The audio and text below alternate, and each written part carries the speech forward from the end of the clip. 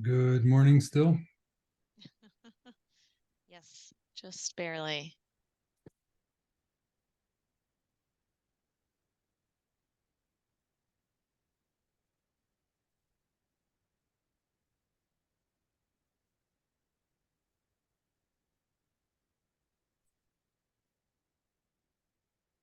Oh, shucks. I just closed it instead of I had my Cardea page open and ready to go. And then I closed it. Just died. Come back to life.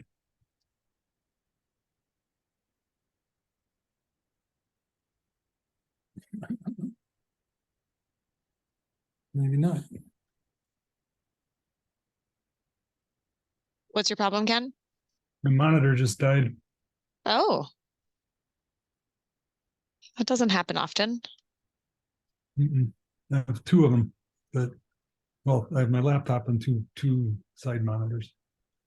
It's back. Yay. Good. How are things in your necks of the woods these days? Beautiful fall has arrived. The leaves are multicolored. Oh, lovely.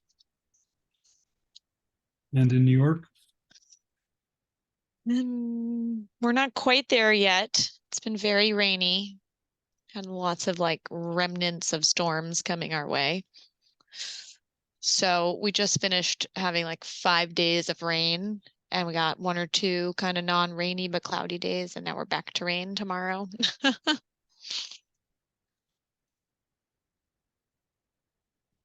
So a little dreary and quite chilly. It's very fall temperature wise.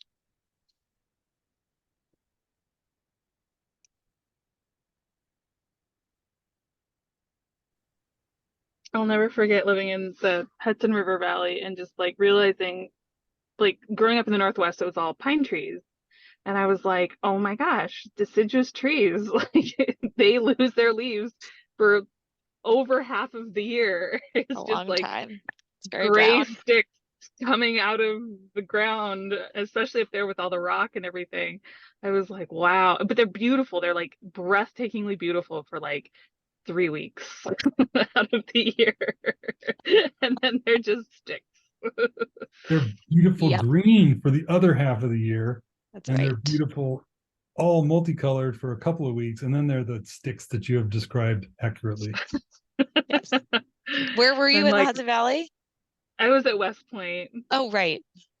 Yeah, but it was so shocking. Like, I was like, right. Trees lose their leaves in places in this country. It was from a girl from the Pacific Northwest. That was quite the interesting observation. Yes, there's patches of those pine trees. There's just some green swaths here and there, but not as many.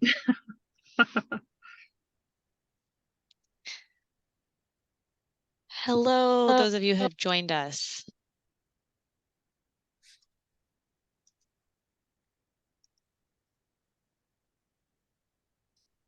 We can give people another minute or two and then get going.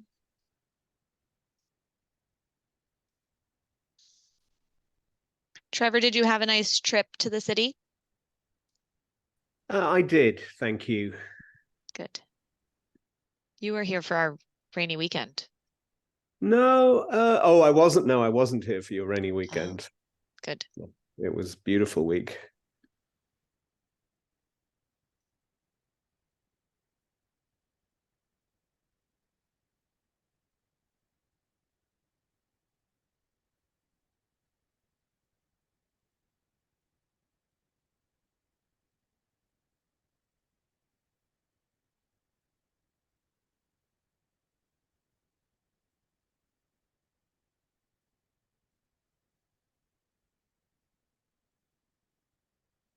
Okay.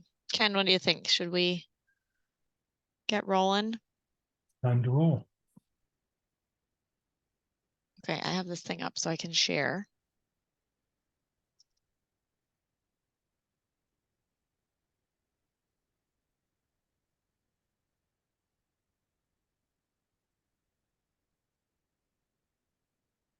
Okay, everybody with me? Welcome to today's 9/28, September 28th, Cardea Working Group. Thank you for joining us. We are meeting today under the auspice of the Hyperledger Foundation. So that means we are governed by their antitrust policy, which you can find in our minutes on the Hyperledger Wiki, which I will also put it in our chat for you.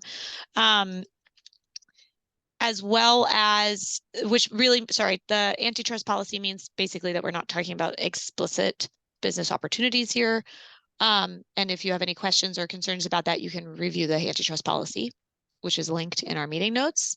We are also governed by the Hyperledger Code of Conduct, and that can be found in our meeting notes as well. But in short, we encourage everybody to have a voice and be welcomed in our community here, and to provide equal opportunity for opinions and to be heard and shared among this group. So if you have any concerns with either of those, you can reach out to Ken or myself as co-chairs, or there are resources available on the Hyperledger links that I've mentioned in our meeting notes. I see mostly friendly faces that we know and are all introduced, so I don't know that we need to do introductions, but if anybody wants to say hi, you're welcome to.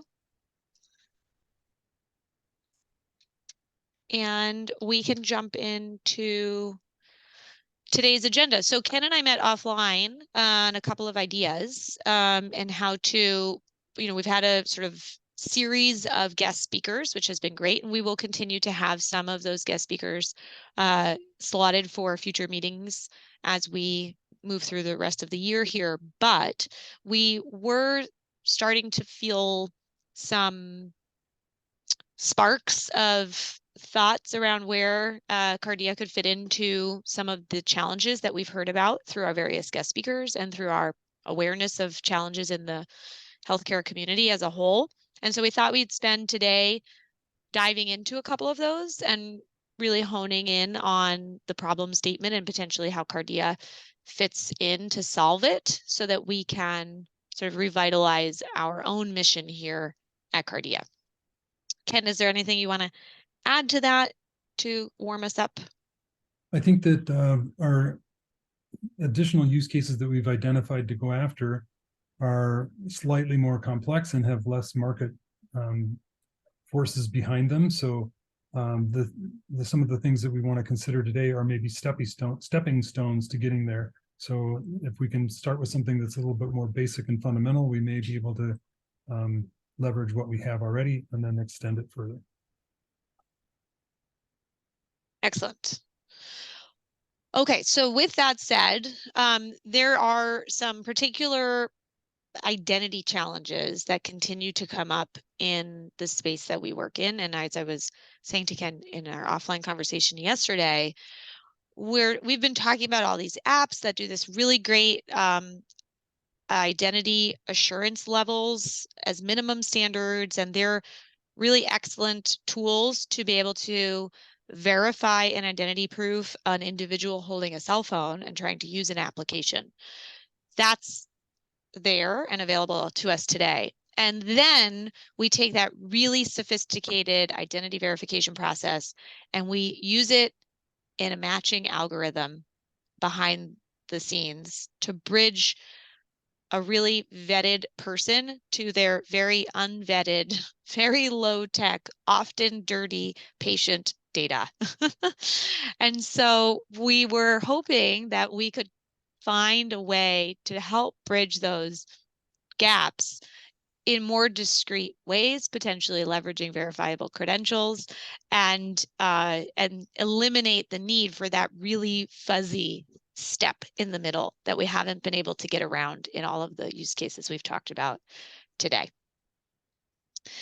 So that's sort of where that's one idea about how we could leverage a place for a credential at an identity assurance step in this process to bridge, two different identities together and sources and trying to bridge them so that we can not have to go through those algorithmic matching approaches, but there were also some other flavors of use cases there. So I've listed out a couple here, and we can sort of get the creative juices flowing. So reducing human error and time at registration. So for example, if a patient walked in and said, yeah, here's my demographics, just scan my QR code and you don't have to type everything. You're going to spell my name wrong anyways, right? And sort of being able to inherit into systems demographic data that could be comprehensive and robust and vetted for that individual at the point of registration. That might also help validate that the person is who they say they are.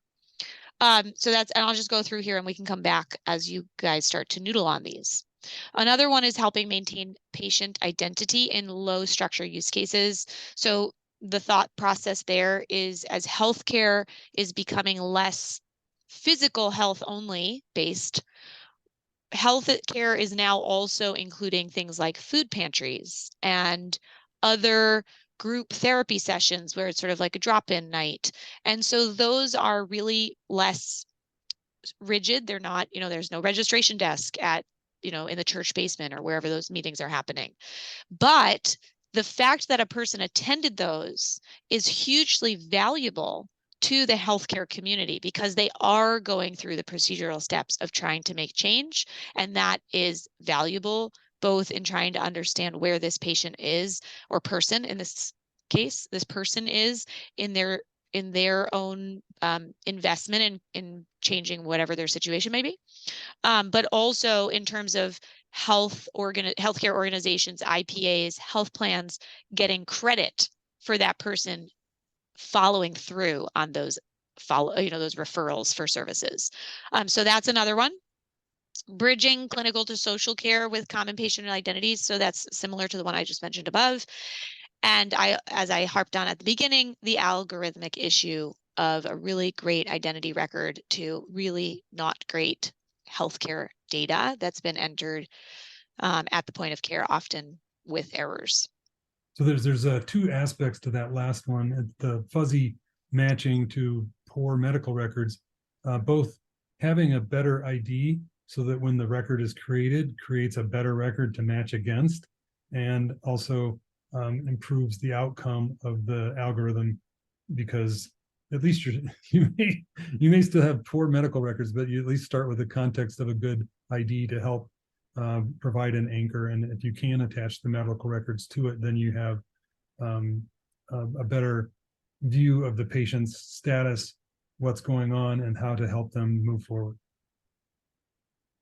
Absolutely. And I think one of the other thoughts here is that if the hospital or healthcare facility that sort of anchors you here were to issue you a credential with your medical record number, maybe that's the only data point, maybe it's a full set of demographics, then you also can say, here's my MRN. Look, the hospital said this is my record. Here you go. And that gets you to bypass the matching as well, because you've gotten to a definitive and distinct ID. For some of the people who are homeless, they might have a name or a nickname and maybe not a whole lot else. And so just an MRN in their name might be a better place than they've been previously.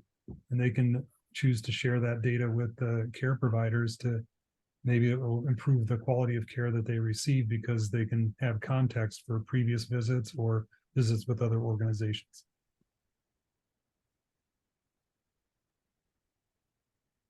Exactly. All right. So I'm not sure if any of these use cases have sort of sparked thoughts for anybody on the phone. I was actually just thinking about, man, wouldn't it be nice to your point a moment ago, Keela, about like if you could just go in and say, look, this is my MRN. That's all you need, right? There, I think, still is a little bit of a need for, checking things like, for example, your phone number or address might have changed. Maybe your last name changed because you got married. Your insurance information changes frequently. So they still have to, unfortunately, like an MRN is never going to be a complete solution, even if, after the first registration, but it definitely could reduce the number of repeated times you put in the exact same information. I'm just kind of thinking And if they put in how this that might exact work. same information every time, that would be less of a problem. But the problem is that when they re-enter the data 13 times, not all 13 are going to get the same information put in. It's going to, is it Different Todd? typos, Is it yeah. Ken? Is it Mr. Bob? Is my nickname? Or my address might be 3 different addresses spelled 3 different ways. So you have a tremendous variation in the data that can be put in. So if they can reuse even parts of that, I think that would improve the overall identification of a patient or a person to allow for better services, better quality of outcome. Yeah, so it would sort of be a review, verify before accepting kind of thing, right? Where it sort of maybe pre-populates your screen and then people are trained to say, is this still you? And they're editing rather than entering from scratch in case that data has not changed. Yeah, it definitely could greatly reduce the overall number of times that patient's info gets inputted. Right. Yes. Yes. And think about all the time, and we have advanced so much advancements in electronic health data, and yet you are still asked the same questions every time you go to the doctor. Now it's just on an iPad instead of on a piece of paper, but maybe it's still on both. So I think that there are real opportunities to say, nope, here are my answers. Take these. I've vetted them. This is what I want you to have. Mm-hmm. We talk a little bit about the very difficult to service use cases, such as homeless people or people who have very low identification information. I think this also benefits the high end of people who are just going to a new doctor for the first time, where they can present their data electronically and not have to type it as well. So I don't think this is limited to benefiting the underserved populations. I think this can benefit all the population, and particularly the underserved.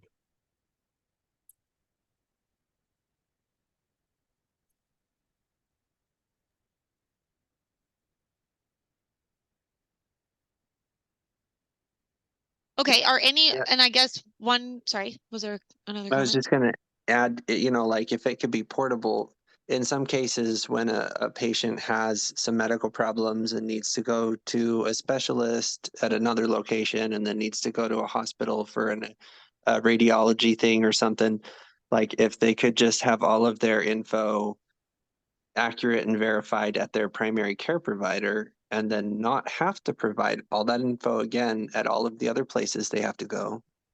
That would be great if we could somehow improve the portability of that. Exactly, and it would also improve the matching of lab or radiology type information coming back in either an MPI or from any other type of sharing arrangement to accurately match the patient from both facilities Mhm. in a very straightforward way. Right. Mhm. I think you could, and we're trying to stay very, very simple use cases that have lots of applicability. But Steve, I think in that space, there is a ton of opportunity for the concepts of like a referral for care could be a credential, so that when that credential is acknowledged by where you're going for your service, that we can kind of close the loop on that referral and say, yeah, this referral, they showed up and it was the patient that you sent to me, right? And we got all the information and we connected the dots. And there's a ton of room for improvement on that closed loop referral procedure. That's very much more niche. And I think we have these core concepts we want to start with, but there's no reason why this can't apply to those. Absolutely. Alrighty, so I think it would be good to discuss 3 topics in addition to the overall use case. That is, who are the issuers, how is the credential held, and who are the verifiers? I think that would be a good exercise to walk through as well, to say who are, the potential anchor issuers of these types of credentials. Agreed. And do we want to pick, we have a couple of sort of related but different ideas here. Do we want to pick one and start there? Is there any one to choose I from? think that we could pick your favorite one would be my choice. They are all good ones. Okay, well, why don't we pick the top? We'll just start at the top because that's where we just were, Okay. which is the portability of your patient information with you. So if you are part of a large health system, if you are a large health system, for example, you could be the anchorer, right? So there's So probably a couple permutations health here. system there could be the, is that the payer or is that the provider? Or it could be either, right? It could be either.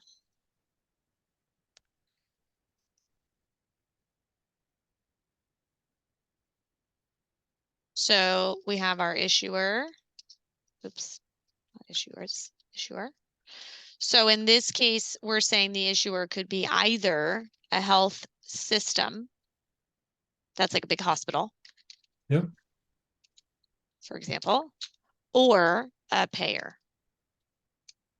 And payers are generally bucketed into private and public. Is that a fair categorization of that?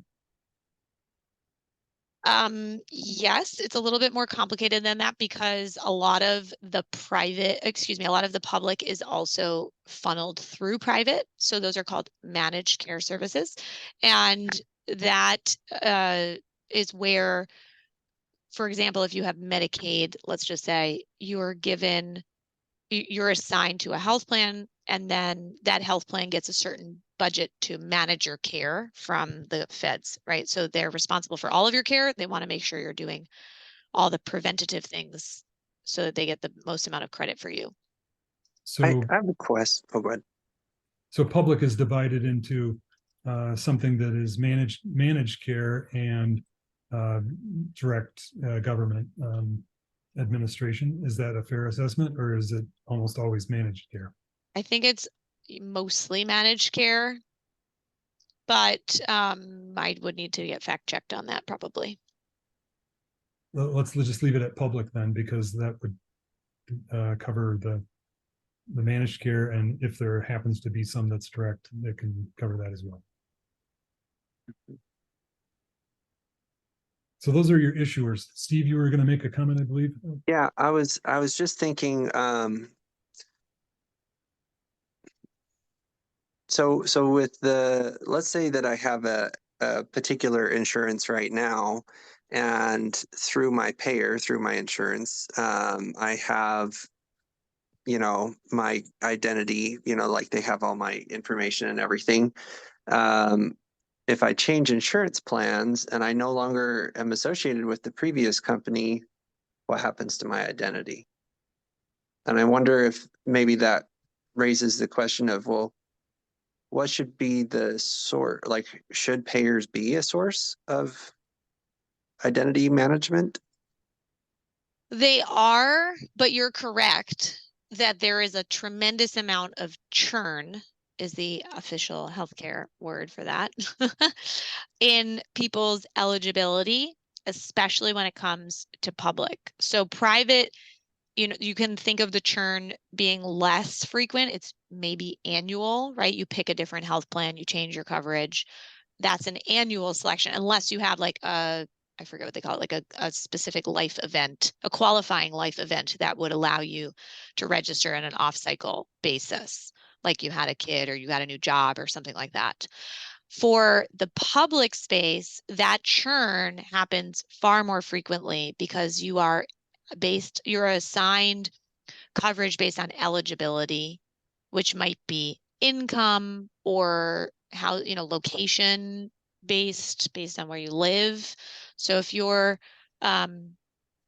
unemployed, then maybe you've got coverage, and then you get a job, and now maybe you've lost coverage because you are now in an income bracket that makes you no longer eligible.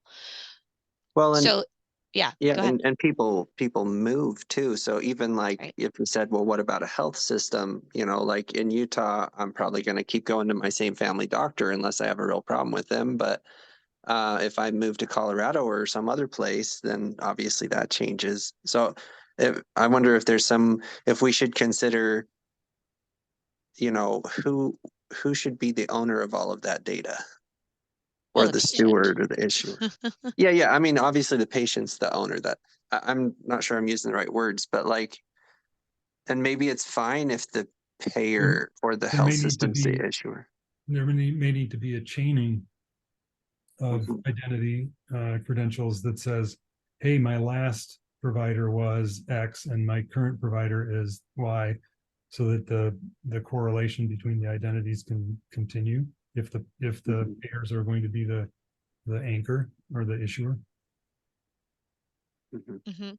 And I think that that change is going to just be a fact of life here. It still doesn't mean that the credential that gets issued is any less valuable for the Agreed. time that Yeah. it's valid, Mhm. which to the point here, I think that there is value in the health system owning some of that, because that the fact that they received care at an agency doesn't change. Whether or not they're covered by a health plan and what is their current health plan, it is much more time sensitive than, yes, I went to that hospital on this day and I gave them my information. So it may not be as relevant in that, like, that's not where they're getting care now. But their data that that organization collected probably is still valid. That medical record number is probably still theirs, right? Because there's no recycling of medical record numbers. So it doesn't go as stale as quickly as a payer data set would if the payer data set is also communicating their coverage. If we're communicating data, like what is my name, what is my address, my phone number, what are my chosen race and ethnicity values. The other benefit of the health plan, excuse me, of the health system going from the doctor's office is that especially for public health insurance, the data that the health plan has is often given to them by the state. And it is often stale. So the address and phone number, the name spelling might not be as correct on those health plan data sets. Whereas the health system asked the patient and got an answer.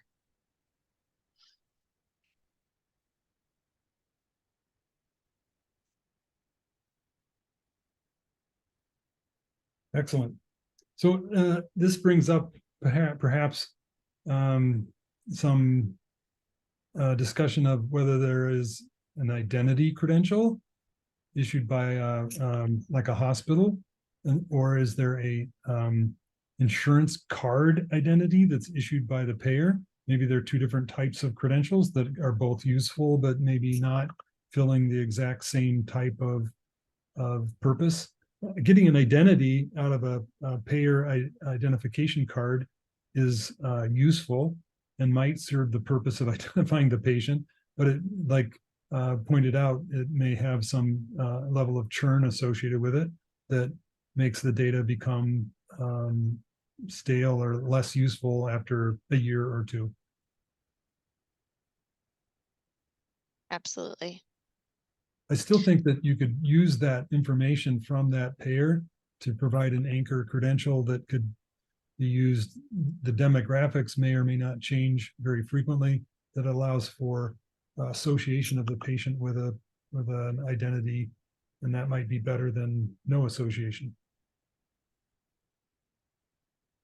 Agreed. And it may depend on, so getting into the sort of other side of this is who could benefit from it. Maybe those are, right, these are separate overlapping triangles, trust triangles, depending on who's the issuer.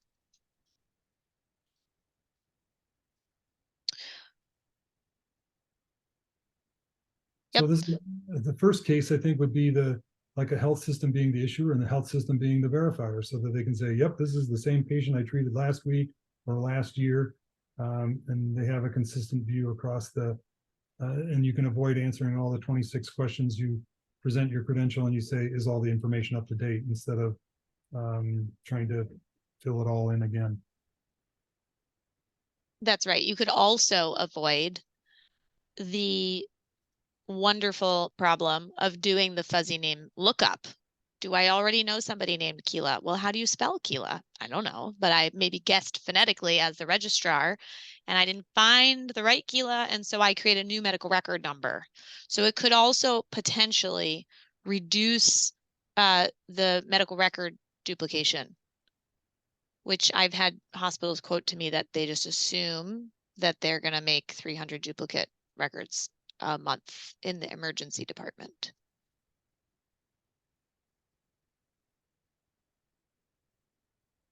So that would also prevent, because then that takes a lot of staff time and cleanup on the back end.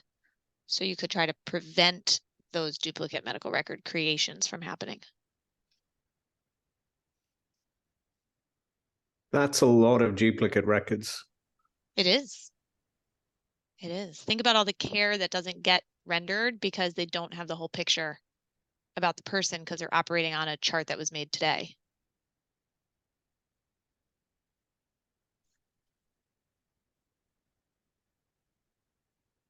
Is that the right wording there? Labs, pharmacies, clinics, private practices, or other Yes. verifiers of that same type of credential? Correct. Generically referenced as ancillary services.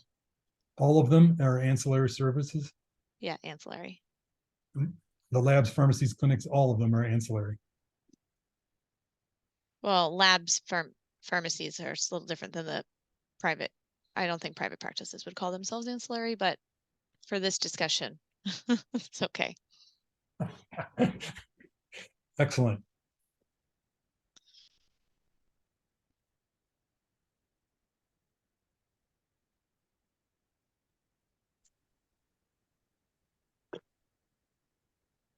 I just chatted this tequila, but I'll just throw it out there for the group. You know, I was thinking about how there's companies like Verado. If any of you haven't heard of them, they do a master patient indexing product for medical data. I think they do other industries as well besides medical, but there's also credit bureaus that hold a lot of data on people. Wonder if they could be potential interested parties, at least, and or customers and stuff. Yeah, it's interesting because those are sort of third parties to these organizations, right? They're a third party to the hospital. They sometimes help with identity management, you know, as an add-on service. So yeah, I think they do sit in a very interesting crossroads of potentially connecting them not only as an after action cleanup tool, but more proactively. Yeah.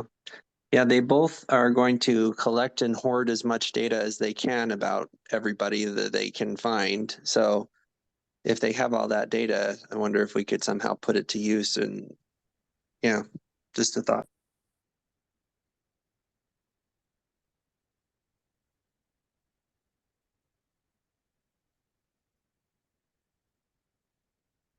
So on the ancillary one, I think we're talking about that they get it's a little bit directional, right? So we're assuming they showed up at the health system first and then go to these ancillary places. That isn't always going to be true, right? They might start at their local doc, a small practice, and then get sent to the health system and back. And so maybe those, for that reason, this gets bundled into two separate things. But they get to benefit by inheriting those data points the same way the health system got to recheck that it's the same person they talked to last week. In this case, I think those ancillary systems get to verify without having to collect on paper and then have somebody type into their EMR a bunch of the data points. They could verify instead of enter. They could also, as ancillary people, get specific medical record numbers, right? If that hospital system said, yeah, Keela Shatskin 1234, now that ancillary service provider knows the referential ID to the hospital medical record, which is 1234, which I think is really valuable. So what if we said that we're looking at the sources of the data? It could be coming from the driver's license or state identity card for the hospital to get it in the first place. It could be coming from ancillary services, right? Mm-hmm.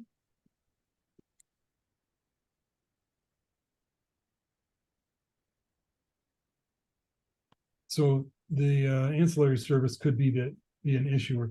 If we're trying to look at the broadest adoption with the least amount of effort, you probably want to start with the issuing coming from a large organization and being consumed by the smaller organizations. Doesn't prevent the other vice versa from occurring, but to capture the largest market share, I think it would come from one of either the health system or the one of the payers in order to seed the whole mechanism. But Yes. Yeah. And I Well, think sorry, go ahead, Steve. I might be slightly changing topic from what you were about to say, but I was just thinking of like, what's going to drive people to put money behind this? Because we have some really great ideas and great technology, but why would people invest into it? And I think one of the big motivators we could kind of push on there is I'm pretty sure that identity theft is a massive industry and it's a big problem. And if we could somehow reduce the ability for somebody's identity to be stolen because they present with a verified credential at the time of service or wherever, I think that could be a kind of a hot button issue that would motivate people to look into this more closely if it can help reduce identity theft. so reduce fraud for the payers or does the hospital system benefit from that as well? Or Yeah, because they're on the hook in some of the cases. The hospital might be the payer. okay, that's a good strong motivation. Are there other motivations? I think user experience is one. Yes. Because I think don't know about you, but I hate filling out the forms 26 times in a row every time I go speak to the same provider or different providers. Yes. I think the other one here, it is also tied to financial incentives because we're in what's called value-based care model, which is how well are we managing somebody's overall health, like proactively rather than reactively. Getting credit where credit is due is important. So that did the person go get their eyes examined? Did they get their annual physical? Did they do right? Allowing us to bridge those data points on more discrete terms is valuable to the people who are involved in the payment side of things. And it works both ways. It's getting credit for services rendered, which may be bifurcated based on patient identity issues, but it's also there's benefit to accurately identifying sort of the health riskiness, right? More complex healthcare problems come with a higher monthly stipend, for example, for health insurance. So it goes both ways. You want to acknowledge your risky patient population and all of the things that they've got going on with them, and you want to get credit for all of the things that your patient population are doing proactively. Awesome. I'm also wondering if there is an angle here with universities, now that we have more 25-year-olds who are on their parents' healthcare plans, healthcare plans for longer. I wonder if there's benefits to, say, a university college institution that they are required to keep some sort of record of, services rendered for their student population who, are navigating from their sort of, living with their parents to, living in a dorm setting or whatever. And if there's, a loss of medical information kind of in that journey, and then the university needs to prove that they're, meningitis, they've, what, I don't know, all the different things that university students are required to comply with to attend. I wonder if there's an angle there, especially universities that have medical facilities associated with them, in terms of continuity care. If somebody goes to, say, the clinic on campus, and then they go get some mental health support, and then they go do something like break their leg, the next quarter or semester or something like that, if there's some sort of identifying factor that would also benefit them in terms of regulatory requirements. Yep. I do think this goes to the ability to also allow the patient to definitively have a link to their record, right?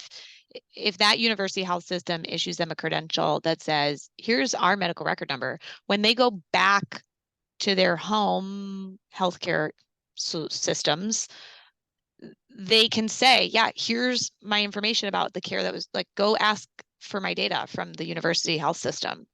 Or I, as a patient, can retrieve my data because I have a discrete medical record number now that bridges me faster to my own data rather than having to go through that fuzziness. So I think there's probably a ton of benefits there, both for the services, but also to bridge the care records.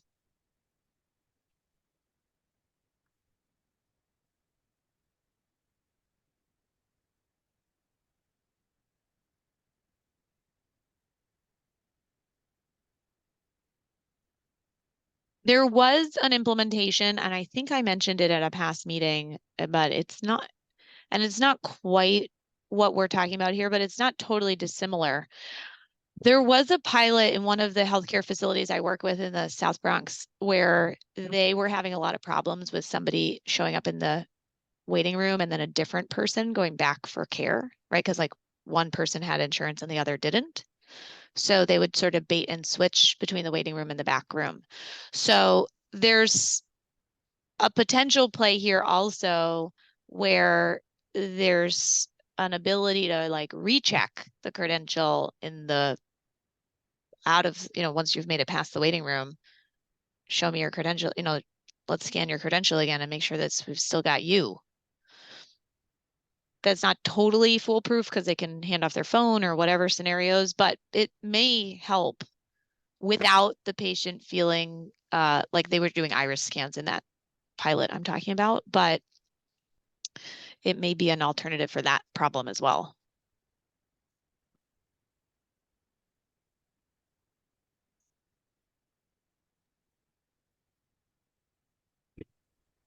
Also, I'm thinking elder care facilities that, have a regulation that every time there's a slip and fall in, by one of the residents, they are immediately taken to, a local hospital, and it maybe, depending on who's on shift, they get sent to different hospitals, but ultimately they get the call from the hospital to confirm their, medical history or whatever. I wonder if there's some sort of, again, identity confirmation type of benefit to elder care facilities for something like this as well.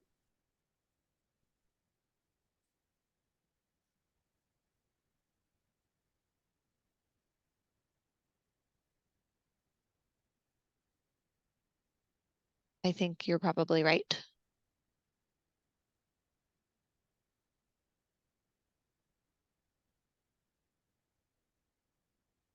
And sort of being able to make those bridges, right? They were talking about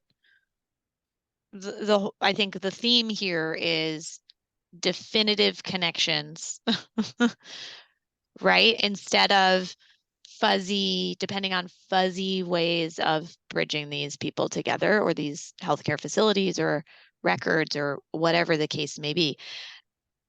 I've certainly noodled on the idea that you could inside that credential provide the metadata on how to request for the medical record number, or sorry, the medical record data, right? So by sharing the credential, I'm sort of like authorizing you to go query for my data. There's lots of places where this could go. And certainly this is a long laundry list, a very effective list of things that are all viable options. So I think that the simplicity of the identity can be built upon until it's a fairly complex solution. But looking at basic identity before trying to transfer records using the patient as the transfer mechanism might be a simpler and more easily conquered hill that we can go after to kind of seed the technology into the medical community, and then we can expand on its use. We've already, in the course of this conversation, I think suggested 2 or 3 other types of credentials that could be included besides a basic identity credential, a payer credential, a consent credential, but having that basic identity to allow for easy base level identification of patients and making sure that they're the same person as last time or the same person between organizations is a kind of a key fundamental takeoff point. Are there other thoughts about this as a good starting point to adapt the technology that we have now to a more focused use case? Yeah. Well, I think go ahead. Oh, I was just going to say, in terms of marketing, we just want to, I like the idea of saying as focused as possible. And if we could name it, being like, this is an insurance, identity solution or something like that. Like if we could really hone in on what the use case is and then develop a naming convention and a nice description around it. So it would be really easy to understand if you're new to the community. I think that would be a great kind of action item in future meetings. Yeah, I don't think we've fully specified the use case or how it would be implemented. The main point was to get to a point of agreement on the focus on identity rather than test results or vaccinations as the primary credential type that we wanted to look at.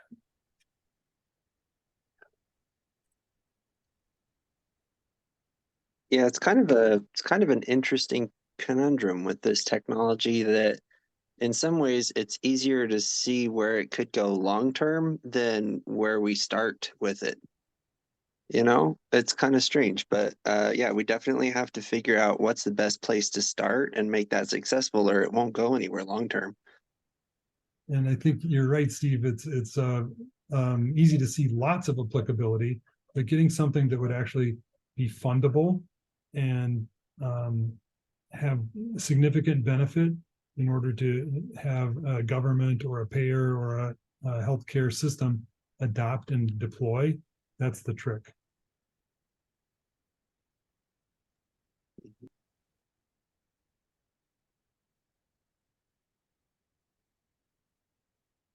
Okay, so I think we need to boil this down to a more buttoned up story, like pick 1 or 2 parties to be on either end of the things. If we can pick out one as an issuer and one as the verifier, even if it's the hospital talking to the hospital, that's fine.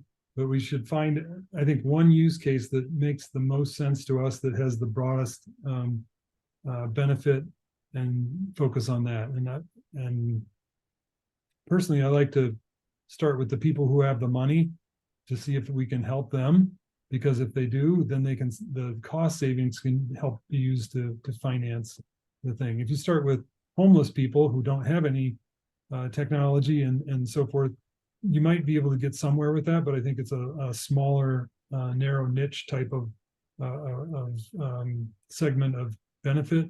If we start broad and go to the niches later, that would, I think, be a wiser course of action. Yeah, and I think it would be interesting to discuss with a couple of large health systems what are their pain points and where, because the other component here about, you mentioned even if it's large health system to large health system, that is actually a very real problem because these large health organizations are kind of gobbling up all the little guys. There's a lot of consolidation happening in healthcare on paper, but not always technically. And so they are the same organization, but they don't talk nicely to each other, even internally. So there is actually that use case and that problem. And then, of course, there is the crossing over between health systems, depending on where you are, if you're fortunate enough to have more than one option in your region. And being able to benefit from that. So I think there's probably a little bit of investigative work we can do and interviews, learning about some of the identity challenges in this space from those who live in it every day. And perhaps we can get some targeted discussions in those spaces to boil this idea down. Okay.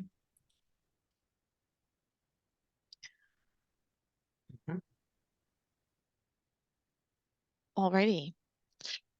Any other, does anybody else have an opinion about boiling this down now? We could certainly take a stab at it.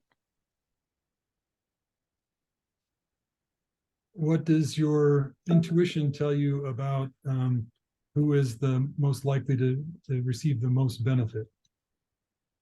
That's your opinion, and I know it's just based on your years of experience with this. Yeah, well, I think my mental noodling that I'm doing now is that there are large EMR, electronic medical record systems, that would tell you they've solved these problems, right? And so I think there are, as we mentioned, third-party identity solutions that also get tacked into that because, of course, the problem is never solved with patient identity, at least not yet. So I think there's a little bit, I'm sort of curious how much of any convincing we have to do about a single organization's problem in this space. And so it may be that because they think they've got the technology there that solves this for them, even though in practice they still have tons of issues that they're choosing to downplay, because they have these robust technical solutions, it may be that we want to pick two different entities on either end of this, just because of that assumption that they're better than they think they are. I think it's more convincing to say that you don't have a problem, but your partner has a problem here, and we can help you figure out how to reduce the gap between the two. Yes, exactly. And I think there is also potentially a lot of play in those third-party, independent, freestanding things that get connected, because those really, bridging those are important.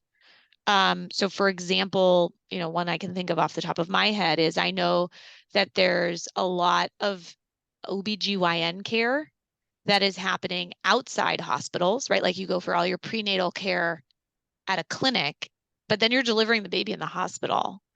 Yes. There's not a lot of birthing centers anymore. Those have sort of all been moved back into hospital spaces.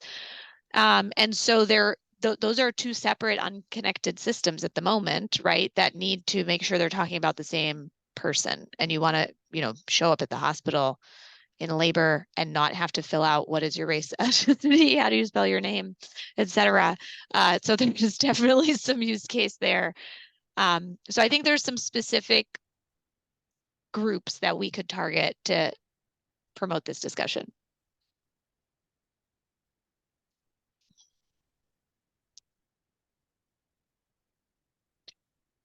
Okay.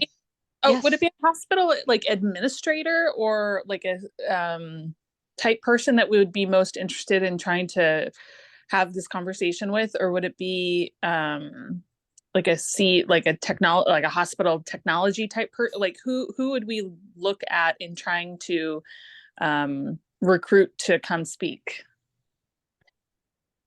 Yes, I think there's a variety of people who would probably speak to it from different angles, right? Because patient identity affects the bottom line, you do have C-suite people who care about this stuff. I do think there are HIM professionals, so health information management. Those are the old departments that used to manage like the paper filing of medical charts when everything was in paper.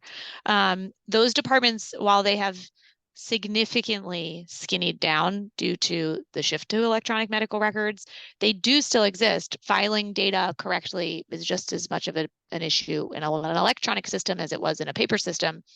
So they do still exist, and there still are professionals who can talk about these challenges, and they also handle release of information to patients and other healthcare facilities. So they sit at a very interesting intersection. Yeah, we do at some point at some point we have to talk to the technical people, because even if you have a hospital administrator that hears our whole pitch and says, "Wow, this is fantastic. It's amazing. I want it." Let's integrate it right now. Okay, so now we got to talk to whatever products and services they're already using and figure out how does it tie into their system, or how does it go into their workflow and stuff. So And that's where I think yeah. the path is, let's understand the problem statements and where there's loss leakage issues, and then it probably needs to go, the technology team isn't going to do this out of the goodness of their heart. They're going to do it because their CFO told them that that this is a project they want to pilot because it will help their bottom line. I mean, that's how healthcare systems, unfortunately, especially the large ones, are mostly working. Mm-hmm. Mm-hmm. So I think it's us hammering through the problem statement and understanding where we think we can reduce pain points and improve identity work, and then convincing the leadership that this is worth their piloting. And they'll tell technology to do it.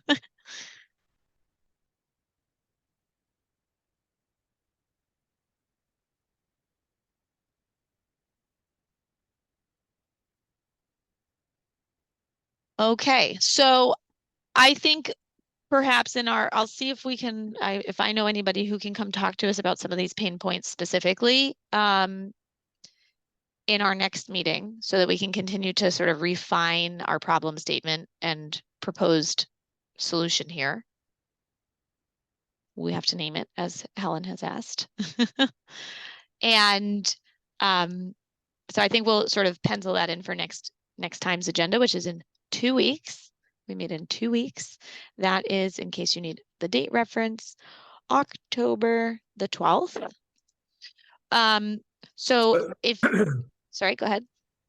Can I just, before the meeting closes, can I remind people that we did have the revised Cardea white paper that has not been completed. There is still a roadmap to be attached to that, and a couple of other things I think left over from the previous discussion meeting in June. The question is, should we try and just finish that up at the next meeting and get it out, or do you want to incorporate or revise it around this particular use case that you've been discussing today? I prefer finish and release and then come out with another one later if we nail down a better use case. That's my personal preference. Agreed. Trevor, we need to do anything in advance, or can we cover what we need to finish at the next meeting? I think, well, if I remember, there were a couple of action items from the last meeting where it was discussed. I have pasted a new link in the Slack channel on for the revised white paper where it's at now. But maybe I don't know, check the notes to see what had to be done. But I know there's a blank roadmap, so maybe we could fill that out, and maybe also the perfect's the enemy of the good, and we should just do the roadmap and then just publish it. I addressed all the other criticisms that had been raised in different areas. Okay. All right. So I think we should finish that next time. So maybe we'll tackle that as our agenda item number 1. And then if it's item number 2, it's item number not get done. Exactly. I'm sorry, was there another comment? Yeah, I have so actually this came from you, Keela. I'm just trying to make sure I have the latest version of that white paper. It says Cardea white paper v2.1. You sent that to me on July 13th, Keela. Yeah, that's correct. Okay. If there's a good link, I mean, I could put it in Google Drive or something and drop a link in this document. There is a Google link to it. Hold on 1 second, and I'll paste it in the chat. Thanks. I was just trying to find it on the side here.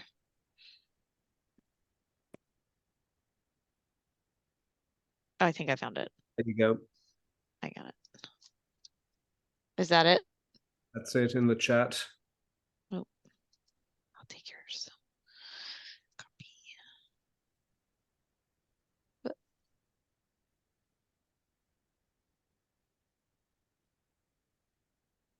Oh. Okay, I'll figure it out and get it in here. Sorry about that.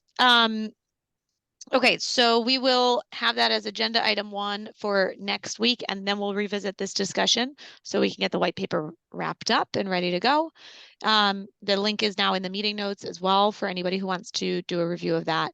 And I do have a couple of bullet points, Trevor, so we can make sure we've addressed those or address them at next time's meeting. That document, I requested permission, but maybe you want to set it to view only for people that aren't already added. Okay. Yeah. Thanks. Excellent. Okay, with that, we are at time. So thank you for your brain power today. If you do have anything else that comes to mind between now and our next meeting, you could shoot it over in our Discord or send Ken or I a note, and we will make sure we either add it to the agenda or investigate it so we can have a fruitful discussion about it in the future. Thanks, everybody. Thanks. See you on October 12th. Fine.